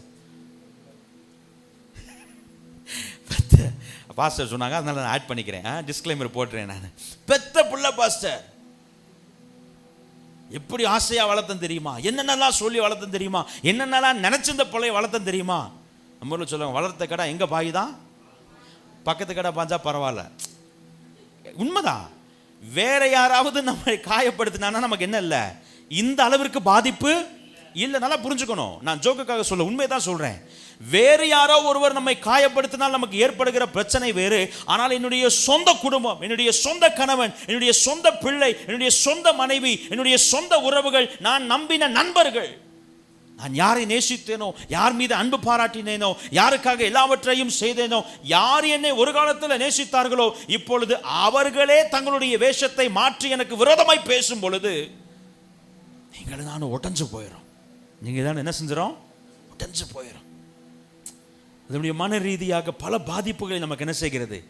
ஏற்படுத்துகிறது. சம்டைம்ஸ் when you hearல, நீங்கள் இல்லாத பொழுது உங்களை பற்றி பேசப்படுகிற அவதூறான பேச்சுக்கள் உங்கள் முன்னாடி வந்து எப்படி பேசுவாங்க? நீங்கள் அதெல்லாம், நீங்கள் யாரையாவது பற்றி இன்கேஸ் பேசுகிறீங்கன்னா உங்களுக்கு சப்போர்ட் பண்ணி அவங்கள குற்றப்படுத்தி என்ன செய்வாங்க? பேசுவாங்க. உனக்கு போய் இப்படி செய்யலாமா, நீ எப்படிப்பட்ட ஆளுன்னு அங்கிட்டு போய் அவங்கக்கிட்ட பேசுகிறப்ப என்ன செய்வாங்க? நான் திரும்ப சொல்கிறேன், இது அந்நியர்களால் செய்யப்படுகிற காரியத்தை குறித்து அல்ல, நமக்கு நெருக்கமானவர்களால் செய்யப்படும் பொழுது it becomes more tougher for us to handle this. நாம் இதை கையாளுவதற்கு ரொம்ப கடினமாக என்ன செய்து விடுகிறது? மாறிவிடுகிறது. ஒருவேளை இந்த காலை வேளையில் அப்படிப்பட்ட போராட்டத்தோடு, அப்படிப்பட்ட வேதனையோடு, பாஸ்டர் நான் உங்களை ரொம்ப நம்பினேன், நான் அவங்க மேலே ரொம்ப அன்பு வச்சிருந்தேன், ஆனால் அவர்களே எங்களுக்கு விரோதமாய், அவர்களே எனக்கு விரோதமாய் செயல்படுகிறதை நான் அறிந்த பொழுது, அவர்களே எனக்கு விரோதமாய் காரியங்களை நடப்பிக்கிறதை நான் அறிந்த பொழுது என்னால் அதை ஏற்றுக்கொள்ளவே சில நேரங்களில் நம்மளால் அது கடந்து வர முடிகிறதே இல்லை. நம்ம முடங்கி போகிறோம், அங்கே முடங்கி விடுகிறோம், நம்ம அங்கே முடங்கி விடுகிறோம். இந்த காலை வேளையில் ஆண்டவர் சொல்லுகிறார், இந்த கடினமான சூழ்நிலையில் கர்த்தருடைய கரம் உங்களை தாங்கும், கர்த்தருடைய கரம் உங்களை பலப்படுத்தும். பவுலுக்கு எப்படி இருந்திருக்கும்? அப்பாடான்னு வந்து அந்த தீவார் பாராட்டின அன்பை அனுபவிச்சு முடிக்கங்குள்ள அவர் காது கேட்க சொல்கிறாங்க, இவன் கொலகாரன் போலப்பா, இவனுக்கு தெரியாமல் அன்பு செலுத்திட்டோன்னு சொல்கிறப்போ எவ்வளவு கஷ்டமாக இருந்திருக்கும். ஆனால் நடந்தது என்ன தெரியுமா? கர்த்தருடைய கரம் அப்போஸ்தலனாகிய பவுலை தாங்கினதுனால, கர்த்தருடைய கரம் அப்போஸ்தலனாகிய பவுலை நடத்தினதுனால, அதே அதிகாரம் 28வது அதிகாரம் 6வது வசனம் சொல்லுகிறது, நெடுநேரமாய் பார்த்து கொண்டிருந்தும் ஒரு சேதமும் அவனுக்கு வராததை கண்டபோது வேறு சிந்தையாகி, என்னோட சேர்ந்து சொல்லுங்க, வேறு சிந்தையாகி இவன் தேவன் என்று சொல்லிக் கொண்டார்கள். ஹல்லேலூயா சொல்லுங்க. சிந்தை மாறிடுச்சான், மைண்டு மாறிடுச்சான். யாருக்கு? நம்ம கூட இருந்துக்கிட்டே நம்மளை பற்றி தப்பாக பேசினாங்கல்ல, நம்மக்கிட்ட இருந்து எல்லாத்தையும் வாங்கிக்கிட்டு எல்லா உதவிகளையும் பெற்றுக்கொண்டு நமக்கு விரோதமாக பேசினாங்கல்ல, அவங்களுடைய மைண்ட் என்ன செஞ்சிருச்சான்? மாறி இப்போ சொல்கிறாங்க, அதே வாயி இவர்கள் இவன் தேவன் என்று சொல்லி, இவன் கொலை பாதகன்னு சொன்ன வாயி இப்போ என்ன சொல்லுது? இவன் தேவன் என்று சொல்ல வைத்தார்கள், சொல்லிக் கொண்டார்கள். ஹல்லேலூயா. ஒரு காரியத்தை சொல்கிறேன், ஆண்டவர் உங்களுக்கும் எனக்கும் தம்முடைய கரத்தின் மகிமையை வெளிப்படுத்தும் பொழுது எந்தெந்த நாவுகளெல்லாம் நமக்கு விரோதமாய் பேசினதோ, எந்தெந்த மனிதர்களெல்லாம் தங்களுடைய தேவைகளுக்காக, தங்களுடைய ஆதாயத்திற்காக தங்களுடைய முகமுடியை மாற்றிக்கொண்டு நம்மிடமிருந்து பெற்றுக்கொண்ட அன்பை விடுத்து நமக்கு துரோகம் செய்தார்களோ, அவர்களுக்கு முன்பதாக கர்த்தர் உங்களுடைய என்னுடைய பெயரை பிரஸ்தாபப்படுத்துவார். விசுவாசிக்கிறவங்க ஒரு ஆமென் சொல்லுங்க பார்க்கலாம். ஹல்லேலூயா, ஹல்லேலூயா. உங்களுக்கான நாள் வரும் பொழுது, உங்களுக்கான நேரம் வரும் பொழுது, கொஞ்ச நேரம், வசனம் சொல்லுகிறது, நெடுநேரமாய் பார்த்து கொண்டிருந்தோம். எவ்வளோ நேரம் பார்த்துருப்பாங்க? பாம்பு கடிச்சு சாகிறதுக்கு எவ்வளோ நேரம் ஆகும்? சத்தமாக சொல்லுங்கள், எவ்வளோ நேரம் ஆகும்? விரியன் பாம்புன்னு போட்டிருக்கு. இப்போ நமக்கு தெரியும் ரசல்ஸ் வைப்பர் ஸ்னேக். விரியன் பாம்பு கடிச்சா எவ்வளோ நேரம் ஆகும் ஜாகிறதுக்கு? எவ்வளோ நேரம்? ஆனால் இவங்க எவ்வளோ நேரம் பார்த்துருக்காங்க? ஒருவேளை இப்போ சாகாட்டி கூட விஷம் கொஞ்சம் கொஞ்சமாக ஏறும் போல், நாளைக்கு செத்துருவேன்னு பார்த்தாங்களே என்னமோ, நமக்கு தெரியலை. ஆனால் எவ்வளவு நேரம் பார்த்தாலும் அவங்க பார்வையில் ஒன்றுமே, அவங்க எதிர்பார்த்த எதுவுமே என்ன செய்யலை, நடக்கலை. பக்கத்தில் சொல்லுங்கள், அந்த கொஞ்ச நேரம் தான், அந்த கொஞ்ச நேரம் தான், அந்த கொஞ்ச நேரம் தான். அதுக்குள்ளே நீங்கள் எதுவும் அவசரப்பட்டுறாதீங்க. சொல்லுங்கள், அதுக்குள்ளே எதுவும் அவசரப்பட்டுறாதீங்க, அதுக்குள்ளே எதுவும் வீணான வார்த்தைகளை விட்டுறாதீங்க. அந்த கொஞ்ச நேரம் நீங்கள் விசுவாசம் இருந்து பாருங்க, அந்த கொஞ்ச நேரம் நீங்கள் சகிச்சு பாருங்க, இதே வாய் வேற மாதிரி பேசும். சொல்லுங்க, அதே வாய் வேற மாதிரி பேசும். எத்தனை பேர் இது விசுவாசத்தை ஏற்றுக்கொள்ளுகிறீங்க? ஹல்லேலூயா. அவர்கள் தேவன் என்று சொல்லி கொண்டார்கள். அவனு சொல்ற பாருங்க, இப்படிப்பட்ட மனிதர்கள் மாறி மாறி பேசுகிற மனிதர்களுடைய வார்த்தைகள் ஒரு நாளும் உங்களையும் என்னையும் அஃபெக்ட் பண்ணவே கூடாது. எத்தனை பேர் என்னோட ஒருமனப்படுகிறீங்க? ஹல்லேலூயா. அதை எடுத்து மண்டையில் போட்டுக்கிட்டு, அதை எடுத்து மனசில் வச்சுக்கிட்டு, அப்படி பேசிட்டாங்க, இப்படி பேசிட்டாங்க, அப்படி செஞ்சுட்டாங்க, இப்படி செஞ்சுட்டாங்க. ஒரு காரியத்தை சொல்கிறேன் பாருங்க, மனிதர்கள் இன்றைக்கு நம்மை பாராட்டுவார்கள், நாளைக்கு நம்மை தூற்றுவார்கள். இன்னைக்கு நம்மளை என்ன செய்வாங்க? பாராட்டுவார்கள். நாளைக்கு ஒரு தேவை வரும்பொழுது நம்ம என்ன செய்வார்கள்? தூற்றுவார்கள். பேதுருவை பார்த்தோம்ல, இயேசுநாதர் கூடயே இருக்கிறப்ப, எல்லா காரியங்களும் அனுகூலமாக இருக்கிறப்ப, ஆண்டவரை உம்மை போல உண்டா? ஆனால் மாம்ச பலவீனத்தில் ஒரு போராட்டம் வரும்பொழுது தன்னுடைய ஜீவனை காத்துக்கொள்ள வேண்டும் என்கிற எண்ணம் வந்துருச்சுன்னா, இயேசுநாதராகவே இருந்தாலும் நம்மளுக்கு என்னதான் செய்கிறாங்க? சபிக்கவும் சத்தியம் பண்ணவும். அவருக்கே இந்த பஞ்சாயத்துனா நமக்கெல்லாம் ஒரு மேட்ரா? எனவே ஒரு நாளும் மனிதர்களுடைய பாராட்டுகளையும், ரொம்ப அழகா தமிழில் ஒரு இது சொல்லுவாங்க, தோல்வியை மனசில் ஏற்றக்கூடாது, வெற்றியை தலைக்கு ஏற்றக்கூடாது. தோல்வியை மனசில் ஏற்றணும்னா அதுக்கப்புறம் தொடர்ந்து என்ன செய்ய முடியாதான்? ஓட முடியாது, சோர்ந்து போவோமா. வெற்றியை தலைக்கு ஏற்றிட்டோம்னா தலக்கணம் பிடிச்சி போகுமா, அதுக்கப்புறம் தொடர்ந்து அதுக்கு மேலேயும் நம்ம என்ன செய்ய முடியாது, போக முடியாது. நான் நேற்று தினம் ஒரு இடத்துக்கு ஊழியத்துக்கு போயிருந்தேன். ஊழியத்துக்கு போயிட்டு திரும்ப காரில் வரும்பொழுது சில காரியங்கள் மனசில் ஓடிக்கொண்டிருந்தது. இப்போ காரில் வர்றப்போ நான் மட்டும் போயிருந்தேன். காரில் வர்றப்போ நானா சத்தமாக ஆண்டவர்கிட்ட பேசிட்டு வந்தேன். நான் ஊழியத்துக்கு வந்தது அவங்கள நம்பியோ இவங்கள நம்பியோ, அவங்க வார்த்தையை கேட்டோ இவங்க வார்த்தையை கேட்டோ, அவங்க உதவி செய்வாங்கன்னா இவங்க உதவி செய்வாங்கன்னா நான் என்ன செய்யலை, வரலை. நான் உங்களை நம்பி வந்தேன். யாரை நம்பி வந்தேன்? நான் உங்களை நம்பி வந்தேன். கடைசி வரைக்கும் யாரை நம்பி தான் நிற்பேன்? உங்களை நம்பி தான் நிற்பேன். என் கூட அவங்க நிற்கிறாங்க, இவங்க நிற்கலை, அவங்க பார்க்குறாங்க, இவங்க பார்க்கல, அவங்க எனக்கு ஒத்தாசையாக இருக்கிறாங்க, இவங்க எனக்கு ஒத்தாசையாக இல்லை, இதெல்லாம் எனக்கு பிரச்சனையே இல்லை. நான் உங்கள் ஒருத்தரை நம்பி தான் வந்தேன். கடைசி வரைக்கும் உங்கள் ஒருத்தரை நம்பி தான் நிற்பேன். ஏன் சொன்னேன்றது அது எனக்கும் ஆண்டவருக்கும் தெரியும். எதுக்காக சொல்கிறேன்னா, பல நேரங்களில் நாம் இப்படிப்பட்ட மனநிலையிலிருந்து தவறி அவங்க சொன்னா, இவங்க சொன்னா, அவங்க அப்படி பேசிட்டா, இவங்க இப்படி பேசிட்டா, பல நேரங்களில் நமக்கு பிரச்சனை என்னன்னா, அவங்க அப்படி பேசினது இல்லை, அவங்களே இப்படி பேசினதான் நமக்கு பிரச்சனை. எது பிரச்சனை? அவங்க இப்படி பேசிட்டாங்களேன்றது பிரச்சனை இல்லை, அவங்களே அந்த எதனால வருது தெரியுமா? நம்ம அங்கே வைக்க வேண்டிய போக்கஸ் ஒதுக்கி எங்கே வச்சிடறோம்? எங்கே வச்சிடறோம்? இப்போ நாங்கள் முன்னாடி இன்னும் பிரசங்கம் பண்ணுறோம், எங்களை வீடியோ எடுக்கிறாங்கன்னா அதில் ஃபோக்கஸ் யாரை பார்த்து இருக்கணும்? உங்களுக்கு வெளிச்சம் இருக்குது, போதுமான அளவுக்கு இருக்குது, ஆனால் தேவையான அளவு கூட அதிகமாக பாருங்கள், வேறுக்கிற அளவுக்கு அப்படி நான் லைட்டை போட்டிருக்கிறோம்னா எதுக்குன்னா இங்கே ஃபோக்கஸ் என்ன செய்யணும்? இருக்கணும். இன்றைக்கு இந்த ஃபோக்கஸ் தூக்கி எங்கே வச்சிடறோம்? அதனால தான் அவங்களே ஆண்டவரே, இவங்களே ஆண்டவரே. பக்கத்தில் சொல்லுங்க, இந்த எல்லாம் என்னையோட விட்டுறணும். ஹல்லேலூயா, ஹல்லேலூயா. மனிதர்கள் வேஷம் பாரினதுனால ஒருவேளை கடுமையான சூழ்நிலைகளை நீங்கள் எதிர்கொண்டிருப்பீர்களே, ஆனால் கர்த்தருடைய கரம் உங்களை நடத்தும், கர்த்தருடைய கரம் உங்களை தாங்கும். எந்த மனிதர்கள் எதிராய் பேசினார்களோ, எந்த மனிதர்கள் தங்களுடைய ஆதாயத்திற்காக உங்களை நிந்தித்தார்களோ, அதே மனிதர்களுடைய வாயினால உங்களை வாழ்த்துவதற்கு, உங்களை குறித்து மகிமையான காரியங்களை வசனிக்கும்படி கர்த்தர் உங்களை உயர்த்துவார். விசுவாசிக்கிறவங்க ஒரு ஆமென் சொல்லுங்க பார்க்கலாம். பக்கத்தில் சொல்லுங்க, சோர்ந்து போகாதீங்க, தைரியமா இருங்க. ஹல்லேலூயா. மூன்றாவது காரியம், அதை 28வது அதிகாரத்தின் 2வது வசனம் சொல்கிறது, அந்நியராகி அந்த தீவார், மறுபடியும் நம்மளுக்கு தான் வருதுங்க, அதே குரூப் தான், வேற யாரும் கிடையாது. அந்நியராகி அந்த தீவார் எங்களுக்கு பாராட்டின அன்பு கொஞ்சம் நஞ்சமல்ல. இந்த 2வது வசனத்தையும் 4வது வசனத்தை எடுத்துக்கோங்க. அதில் சில வார்த்தைகளை நான் ஹைலைட் பண்ணி காண்பிக்க விரும்புகிறேன். அதில் 4வது வார்த்தை பார்த்தீங்கன்னா, எங்களுக்கு பாராட்டின. சொல்லுங்க, எங்களுக்கு பாராட்டின.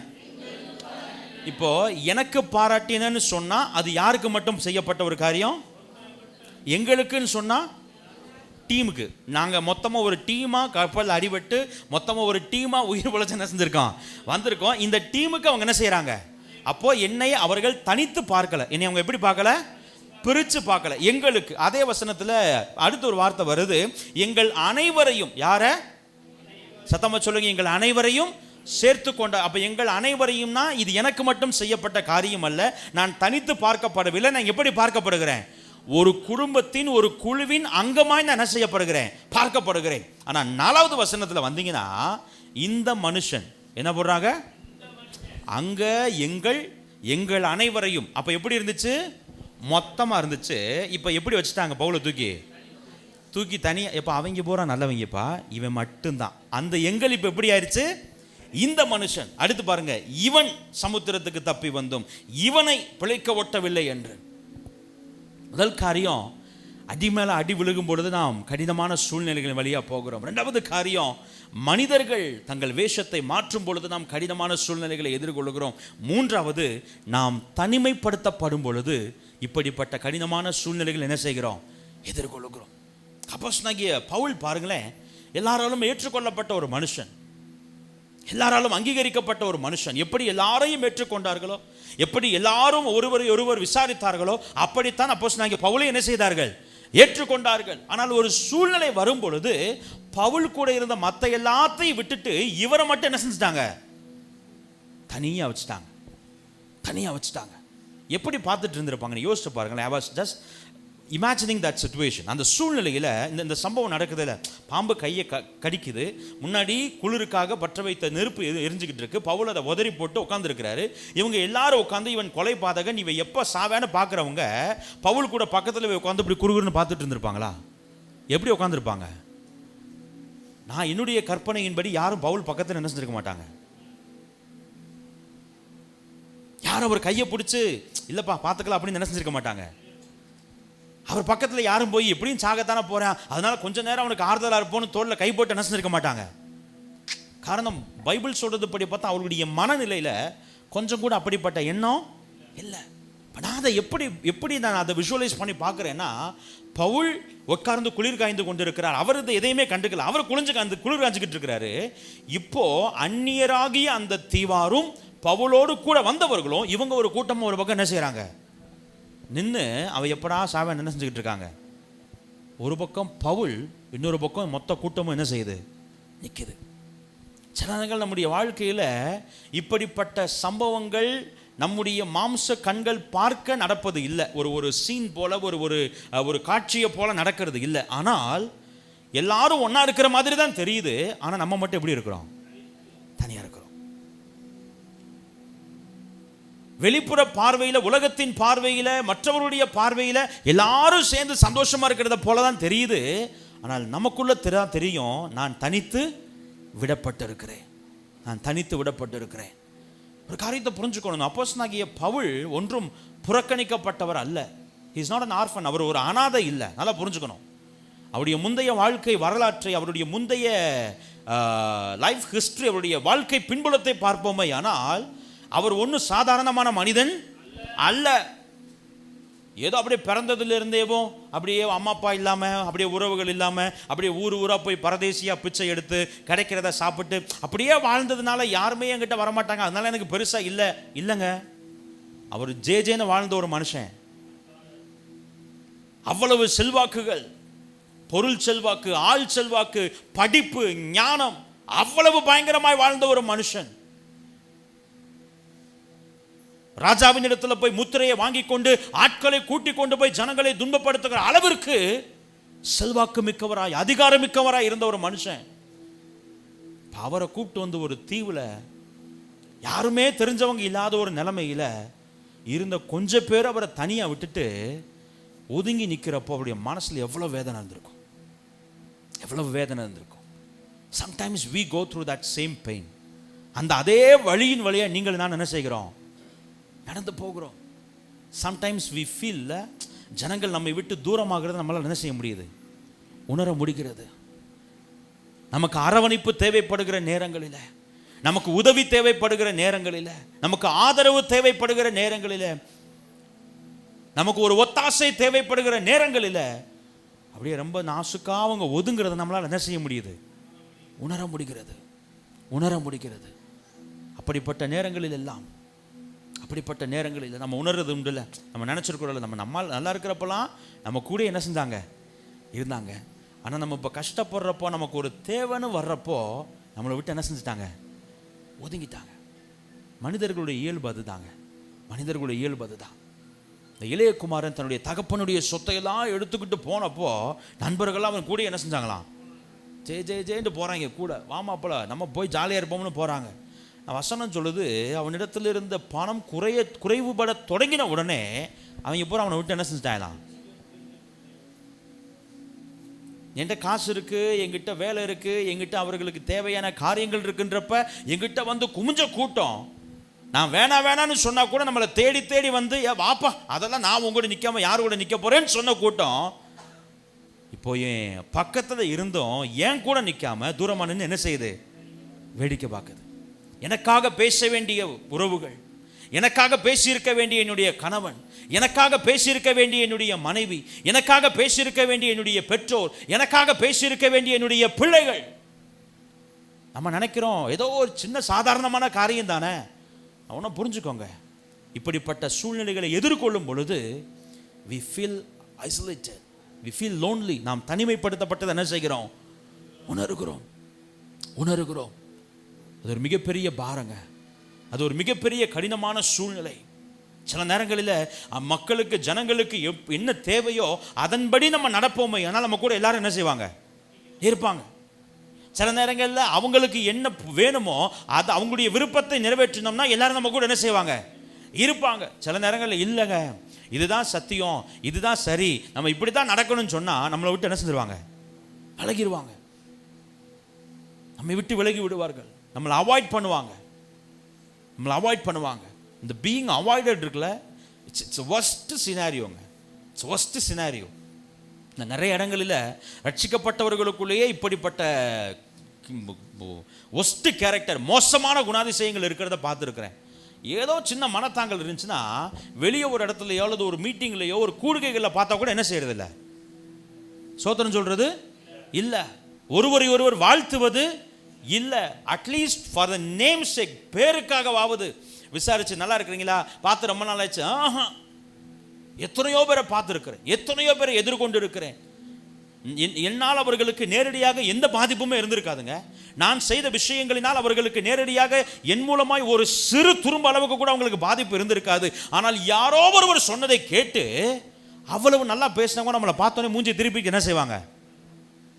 அந்த மொமெண்ட்ல ஏற்படுகிற அந்த காயம் இருக்கு பார்த்தீங்களா, நான் என்னையா பண்ணேன், ஏன் அப்படி பண்றீங்க? ஆனால் இந்த கடினமான சூழ்நிலையிலும் கர்த்தருடைய கரம் அப்போஸ்தலனாகிய பவுலை கைவிட்டு விடவில்லை. ராமன் சொல்லுங்க பார்க்கலாம். ஹல்லேலூயா.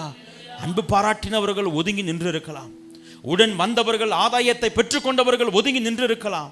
ஒருவேளை இதெல்லாவற்றையும் யாருக்காக பவுல் செய்தாரோ, யாருடைய நலனுக்காக பேசினாரோ அவர்கள் ஒருவேளை பவுலை தனிமைப்படுத்தி இருக்கலாம். ஆனால் பவுலை தாயின் கருவில் உருவான நாள் முதல் பெயர் சொல்லி அழைத்த தேவன், யாரும் அறியாத எங்கோ ஒரு மேப்ல இருந்துச்சு என்னன்னு கூட தெரியல, அப்படிப்பட்ட தீவில் தனிமையாய் விடப்பட்ட பொழுதும் கர்த்தருடைய கரம் பவுலை இறுக பிடித்திருந்தது. விசுவாசிக்கிறவங்க ஒரு ஆமென் சொல்லுங்க பார்க்கலாம். ஹல்லேலூயா. இந்த காலை வேளையில உங்களை பார்த்து சொல்லுகிறேன், இந்த உலகத்தில் யார் உங்களை பிடித்திருந்தாலும் பிடிக்காவிட்டாலும் சரி, யாருடைய கரம் உங்களுக்கு ஆதரவா இருந்தாலும் இல்லாவிட்டாலும் சரி, யார் உங்களுக்கு துணையா இருந்தாலும் இல்லாவிட்டாலும் சரி, நீங்களும் நானும் ஆராதிக்கிற தேவன் ஒரு நாளும் உங்களை தனியாக விடுவது இல்லை. விசுவாசிக்கிறவங்க ஒரு ஆமென் சொல்லுங்க பார்க்கலாம். ஹல்லேலூயா. நீங்க பவுலை போல நினைக்கிறேன், நான் எப்படி வாழ்ந்த ஆள் தெரியுமா பாஸ்டர், நான் ஒரு காலத்தில் எப்படி என்னுடைய உறவுகள் எப்படி இருந்தாங்க தெரியுமா பாஸ்டர், ஒரு காலத்தில் என்னை சுற்றி எப்படி நண்பர்கள் இருந்தாங்க தெரியுமா பாஸ்டர், ஒரு காலத்தில் எப்படிப்பட்ட உறவுகளுக்கு மத்தியில் நான் சந்தோஷமாய் ஐக்கியமாய் ஒரு ஃபெலோஷிப்போட நான் இருந்தேன் தெரியுமா பாஸ்டர், ஆனால் இன்றைக்கு நான் தனித்து விடப்பட்டு இருக்கிறேன். nobody is around me. Nobody is around me. Even சிலர் சொல்றீங்க, அவங்க பேசுகிற வார்த்தை கூட என்னை தூரமா வச்சுதான் என்ன செய்றாங்க? பேசுறாங்க. அவங்க ஏதோ என்கிட்ட வந்து நல்லா பேசுற மாதிரி தான் தெரியுது, ஆனால் அவர்கள் உபயோகிக்கிற வார்த்தைகள், அவர்கள் பேசுகிற அந்த அளவை பார்க்கும் பொழுது அப்படியே ஏதோ தொடச்சுக்கோன்னு என்ன செய்றாங்க? இருக்கிறாங்க பாஸ்டர். ஒரு காரியத்தை சொல்றேன், ஆண்டவர் உங்களை கைவிடலைங்க. ஆண்டவர் உங்களை கைவிடலை. யார் நீங்க பிடிச்சிருந்த கையை உதறிவிட்டு போனாலும் சரி, அவர் பிடித்த உங்கள் கையை அவர் ஒரு நாளும் விட்டு விடுவதே இல்லை. விசுவாசிக்கிறவங்க ஒரு ஆமென் சொல்லுங்க பார்க்கலாம். வசனம் சொல்லுகிறது எதே பவுல யார் தனியா உட்கார விட்டுட்டு தூரம் வந்து வேடிக்கை பார்த்தாங்களோ, 7வது வசனம் சொல்லுது, அவன் எங்களை ஏற்றுக்கொண்டு, யாரு? அந்த தீவுக்கு தலைவன். புபிலியும் வாஸ்தவம்ல, அந்த தலைவன், அந்த தீவுக்கு தலைவன் பவுல் என்ன செஞ்சாராம்? நீங்க இன்னொரு காரியத்தை நுணுக்கமா பார்க்கணும். எங்கள் இருந்தது இவனைன்னு மாறிச்சு. இப்ப மறுபடியும் எப்படி மாறிடுச்சு? சத்தமா சொல்லுங்க, சத்தமா சொல்லுங்க, இன்னும் சத்தமா சொல்லுங்க. இது எனக்கு நடக்கணும்ன்றவங்க இன்னும் சத்தமா சொல்லுங்க. ஹல்லேலூயா. இதுதான் கர்த்தருடைய கரம் கிரியை செய்கிற விதம். அதிகாரத்தின் கடைசி வசனத்தை தான் பார்க்குறோம். எந்த ஜனங்கள் பவுலை தனிமைப்படுத்தினார்களோ, அவனை விட்டு விலகி வந்தார்களோ, இப்போ அவங்க எல்லாரும் சேர்ந்து பவுலை மறுபடியும் என்ன செஞ்சாங்களாம்? ஏற்றுக்கொண்டு. அந்த வார்த்தையை சொல்லுங்களேன், ஏற்றுக்கொண்டார்கள். சொல்லுங்க, ஏற்றுக்கொண்டார்கள். ஒருவேளை நீங்கள் உங்கள் இருதயத்தை கடினப்படுத்தாதீங்க. பாஸ்டர், அவங்க தான் இப்படி ஒரு துரோகத்தை பண்ணிட்டாங்களா பாஸ்டர், எங்களால் அதை ஏற்றுக்கவே, அவங்க வந்தாலும் திரும்ப எங்களுக்கு அவங்க, நம்ம அப்படி சொல்லலாமா? ஆண்டவருடைய பிள்ளைகள் சொல்லக்கூடாது. ரொம்ப அழகாக பவுலை குறித்து பார்க்குறோம். அவர்கள் ஏற்றுக்கொண்ட உடனே பவுல் என்ன செய்கிறாரு? ஏய் போங்கடா, நீங்கள் தானே என்னை கொலைகாரன்னு சொன்னீங்க, நீங்கள் தானடா என்னை தனியாக விட்டு போனீங்க, நான் எனக்கு தேவைப்படுறப்ப நீங்கள் எங்கள் கூட இல்லைடா, இனிமேல் உங்களை நான் மதிக்கவே மாட்டேன், என் பக்கமே வராதிங்கடான்னு பவுல் என்ன செய்யலை? அவர்கள் ஏற்றுக்கொண்ட பொழுது பவுல் அவங்க கூட என்ன செய்கிறாரு? போகிறார், அவங்க வீட்டில் தங்குறாரு, அவர்களோட அன்பை பகிர்ந்து கொள்ளுகிறார். இன்னொரு படி மேலே போய் வசனம் சொல்லுகிறது, அந்த தீவின் தலைவனாக இருந்தவனுடைய தகப்பன் வியாதிப்பட்டிருந்தானா, அவனுக்காக ஜெபம் பண்ணி அவன் என்ன செஞ்சாரா? கர்த்தர் அவனை சுகமாக்கினார். சரி, அவர் மட்டும்தானு பார்த்தா இந்த ஒரு கூட்டம் இருக்குல்ல, எந்த ஒரு கூட்டம்? அந்நியராகிய அந்த தீவா, இவன் கொலைபாதகன்னு சொன்னாங்கல்ல, தூரமா நின்று வேடிக்கை பார்த்தாங்க, எப்படா சாவேன்னு பார்த்தாங்க. அந்த கூட்டம் வந்து வசனம் சொல்லுது, அந்த தீவில் இருந்த மற்ற வியாதிக்காரரும் வந்து பவுலிடத்துல வந்தாங்க. அவங்களையும் ஜெபம் பண்ணி என்ன செஞ்சாராம்? கைதட்டி பவுலுக்காக ஆண்டவருக்கு நன்றி சொல்லுங்க பார்க்கலாம். ஹல்லேலூயா, ஹல்லேலூயா. ஒரு காரியத்தை சொல்லுகிறேன், அப்போஸ்தலனாகிய பவுல் தனிமைப்படுத்தப்பட்ட சூழ்நிலையில் இருந்து மறுபடியும் ஏற்றுக்கொள்ளப்பட்டது போல, அங்கீகரிக்கப்பட்டது போல நீங்களும் அங்கீகரிக்கப்படுகிற நாட்கள் வரும். ஹல்லேலூயா. அன்றைக்கு நீங்கள் புறக்கணிக்காமல் அப்போஸ்தலனாகிய பவுலை போல ஏற்றுக்கொள்ளப்பட்டு அவர்களுக்கு ஊழியம் செய்யுங்கள். கர்த்தர் உங்களை மகிமைப்படுத்துவார். ஹல்லேலூயா. கடைசி ஒரே ஒரு காரியத்தை மாத்திரம் சொல்லி முடிக்கிறேன். 4வது காரியம் 28வது அதிகாரம் 6வது வசனம் சொல்லுகிறது, அவனுக்கு வீக்கம் கண்டு அல்லது சடிதியாய் விழுந்து சாவான் என்று பார்த்து கொண்டிருந்தார்கள். எப்படி பார்த்துக்கிட்டு இருந்தாங்களாம்? சடிதியாய் விழுந்து, சொல்லுங்க, விழுந்து சாகணுமா? ஹல்லேலூயா. முதல் காரியம் சொன்னேன், நாம் எப்பொழுது கடினமான சூழ்நிலை வழியாக கடந்து போகிறோம்? அடி மேல அடி விழுகும் பொழுது, பிரச்சனைக்கு மேல பிரச்சனை வரும் பொழுது. 2வது, எப்பொழுது கடினமான சூழ்நிலைகள் வழியாக கடந்து செல்லுகிறோம்? மனிதர்கள் தங்கள் வேஷத்தை மாற்றும் பொழுது. 3வது காரியம், எப்பொழுது கடினமான சூழ்நிலைகள் வழியாக கடந்து செல்லுகிறோம்? நாம் தனிமைப்படுத்தப்படுகிற பொழுது. 4வது காரியம், எப்பொழுது நாம் கடினமான சூழ்நிலைகளை எதிர்கொள்கிறோம்னா, நம்முடைய வீழ்ச்சியை எதிர்பார்க்கிற மனிதர்களை பார்க்கும் பொழுது நம்ம கடினமான சூழ்நிலைகள் வழி என்ன செய்கிறோம்? போகிறோம். இப்போ இந்த மனிதர்கள் என்ன எதிர்பார்க்குறாங்கன்னா, எப்படா விழுந்து சாவான்னு எதிர்பார்க்குறாங்க. என்ன எதிர்பார்த்தாங்களாம்?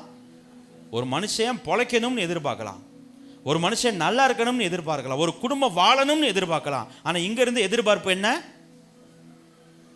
ஒருவேளை நம்மை சுற்றி இருக்கிற சில மனிதர்கள், எல்லாரையும் நம்ம அப்படி குற்றப்படுத்த வேணாம், ஒருவேளை சிலர் நம் மீது தேவையில்லாத வைராக்கியம் கொண்டிருக்கிறதுனால, சிலர் நம்முடைய வளர்ச்சியின் மீது விருப்பம் இல்லாததுனால அவங்களுடைய எதிர்பார்ப்பு என்னவா இருக்கும்?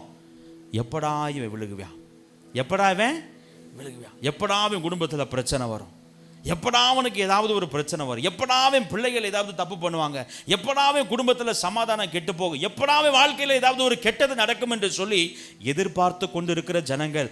அதுவும் எப்பொழுது அவர்கள் எதிர்பார்க்கிறார்கள் உங்களுக்கு தெரிய வருதோ, இப்போ நமக்கு தெரியாமல் எதிர்பார்த்துட்டா கூட அது அவங்களை சேர்ந்தது, நமக்கு அதுக்கு சம்பந்தமே இல்லை. ஆனால் அவர்கள் எதிர்பார்க்கிறார்கள் என்பது நமக்கு தெரிய வரும் பொழுது அது எப்படிப்பட்ட சூழ்நிலையாக இருக்குது? கடினமான சூழ்நிலையாய் மாறிவிடுகிறது. அங்கே வேத வசனம் சொல்லுகிறது 6வது அதிகாரத்தில் 28வது அதிகாரம் 6வது வசனத்தில், நெடுநேரமாய் பார்த்து கொண்டிருந்தும் ஒரு சேதமும் வராததை கண்டார்கள். ஒரு ஆமென் சொல்லுங்க பார்க்கலாம். ஹல்லேலூயா. அவர்களுடைய எதிர்பார்ப்பு என்னமோ அவன் விழுந்து சாகிறதை பார்க்க வேண்டும் என்பதுதான். ஆனால் அவர்கள் பார்த்தது என்னமோ ஒரு சேதமும் வராததை பார்த்தார்கள். ஹல்லேலூயா.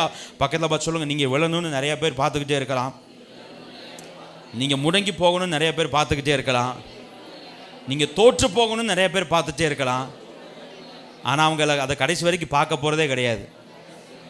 அவங்க எதை பார்க்க போறாங்க தெரியுமா? சொல்லுங்க, எதை பார்க்க போறாங்க தெரியுமா?